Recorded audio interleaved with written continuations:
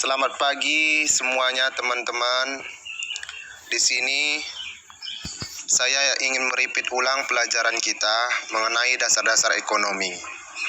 Apa sih dasar-dasar ekonomi itu? Mari kita lihat. Bahwa ekonomi itu berasal dari kata Yunani yang berarti oikonomia, yang artinya oikos rumah tangga dan nomos adalah aturan. Jadi ekonomi berarti kegiatan manusia dalam usaha untuk memenuhi kebutuhannya yang tidak terbatas dengan alat yang tidak terbatas. Dalam etimologinya, ekonomi memiliki arti kebutuhan hidup dalam rumah tangga. Mari kita lihat jenis-jenis ilmu ekonomi.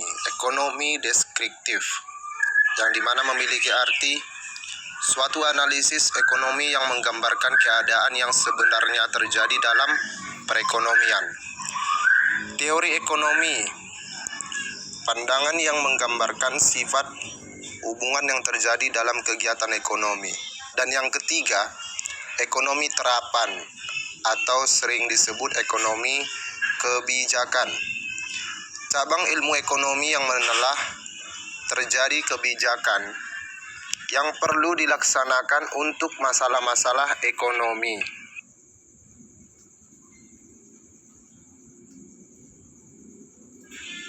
Baik, tadi kita telah membahas jenis-jenis ilmu ekonomi. Sekarang kita harus mengetahui siapa sih pelaku ekonominya.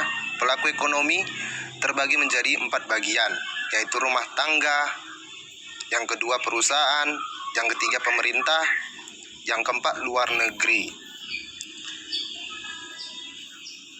Di rumah tangga, kenapa rumah tangga itu sebagai pelaku ekonomi? Karena dalam rumah tangga ekonomi itu perlu. Dan kenapa juga di dalam perusahaan itu disebut juga sebagai pelaku ekonomi. Dalam perusahaan, ekonomi dilakukan di mana perusahaan harus menciptakan untung yang sebesar-besarnya dalam suatu bidang bisnis. Sedangkan dalam pemerintahan, ekonomi juga dilakukan sebagai untuk menetralisasi suatu pendapatan untuk sebagai kas negara. Sedangkan luar negeri dilakukan antara sesama negara, yaitu tidak baik di dalam bidang ekspor ataupun impor.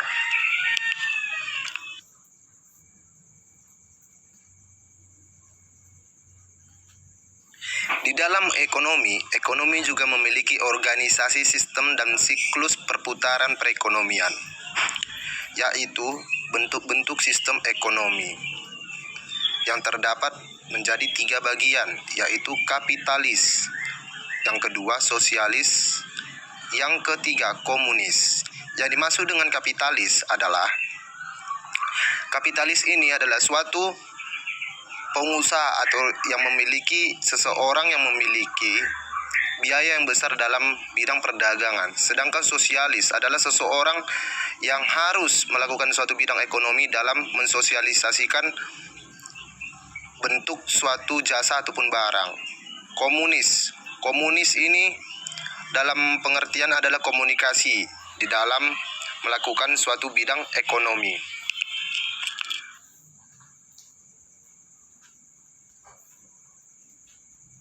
Dalam mempelajari ekonomi, kita juga harus tahu apa sih kegiatan ekonomi itu. Kegiatan ekonomi adalah kegiatan seseorang ataupun suatu perusahaan ataupun suatu masyarakat untuk memproduksi barang dan jasa maupun mengkonsumsi barang atau jasa tersebut.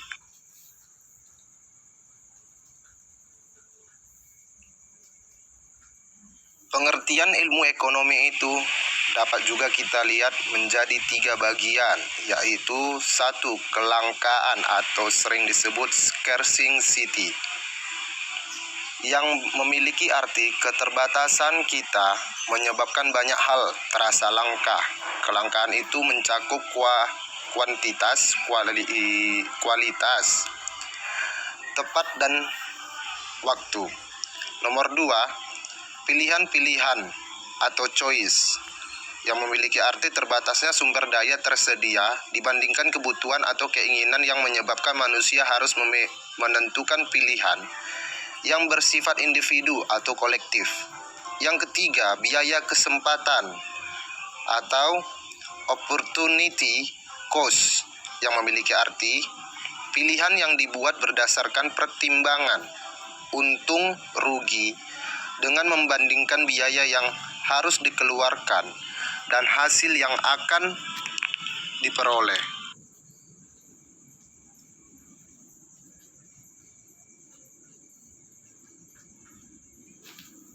Jenis-jenis barang dalam perekonomian.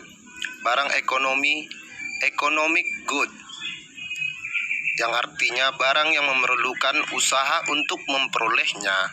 Contohnya beras, ataupun dapat dikatakan barang yang mempunyai kegunaan dan langkah, yaitu jumlah barang yang tersedia lebih sedikit dibandingkan dengan jumlah yang dibutuhkan masyarakat.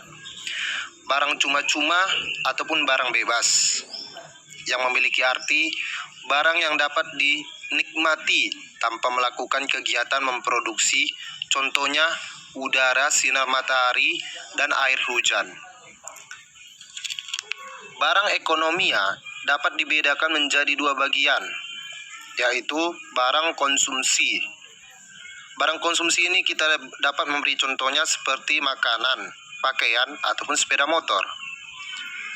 Yang kedua, barang modal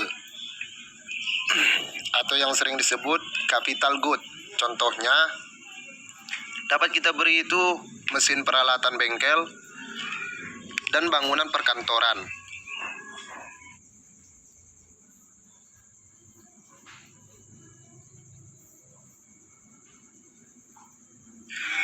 Barang-barang ekonomi dapat juga dibedakan antaranya. 1. Barang akhir atau disebut final good. Barang yang dihasilkan dalam kegiatan ekonomi dan dapat digunakan. Contohnya, barang yang tahan lama, misalnya televisi, mobil, dan perabotan rumah tangga. Yang kedua, bahan yang tidak tahan lama. Contohnya, makanan segar, buah-buahan, dan sayur-sayuran. Barang setengah jadi, contohnya tepung, gandum, dan karet, dan juga minyak kelapa sawit. Yang ketiga, barang antara, yaitu barang yang belum menjadi barang akhir dan masih akan diperoleh lagi, contohnya besi baja dan tekstil.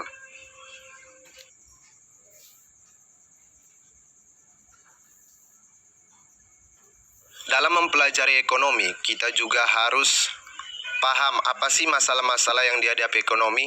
Masalah-masalah yang dihadapi ekonomi itu terbagi menjadi 3, yaitu barang apa yang harus diproduksi dan berapa banyak. Yang kedua, bagaimana cara memproduksinya. Yang ketiga, untuk siapa barang dan jasa yang diproduksi.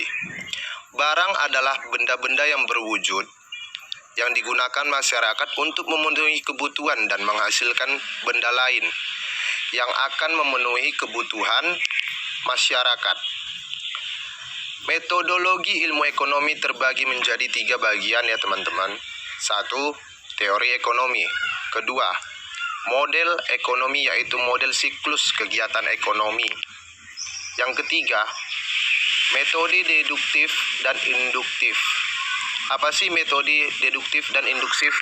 Metode deduktif adalah pengambilan kesimpulan untuk hal-hal khusus berdasarkan kesimpulan yang bersifat umum. Sedangkan metode induktif adalah pengambilan kesimpulan untuk hal-hal umum yang diambil dari hal khusus.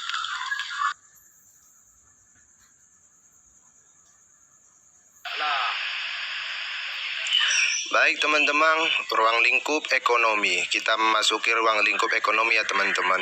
Ruang lingkup ekonomi terbagi menjadi 2 bagian, yaitu 1. Teori ekonomi mikro. Teori ekonomi mikro adalah aspek yang diantaranya dapat terbagi menjadi 3. 1. Interaksi pasar barang. Yang kedua, tingkah laku pembeli dan penjual. Yang ketiga, interaksi di pasar ataupun faktor produksi. Yang kedua adalah teori ekonomi mikro, teman-teman. Perkembangan ekonomi mikro dan makro juga dapat kita lihat. Teori ekonomi mikro sebagai ekonomi klasik. titik awal perkembangan ilmu ekonomi modern. Menurut ahli Adam Smith bahwa seperti alam semesta yang berjalan serba teratur, sistem ekonomi akan mampu memulihkan dirinya sendiri karena ada kekuatannya yang disebut invisible hands. Demikianlah teman-teman pembelajaran kita hari ini, semoga bermanfaat. Inilah pembelajaran kita, merepeat ulang pelajaran kita. Selamat pagi teman-teman. Horas.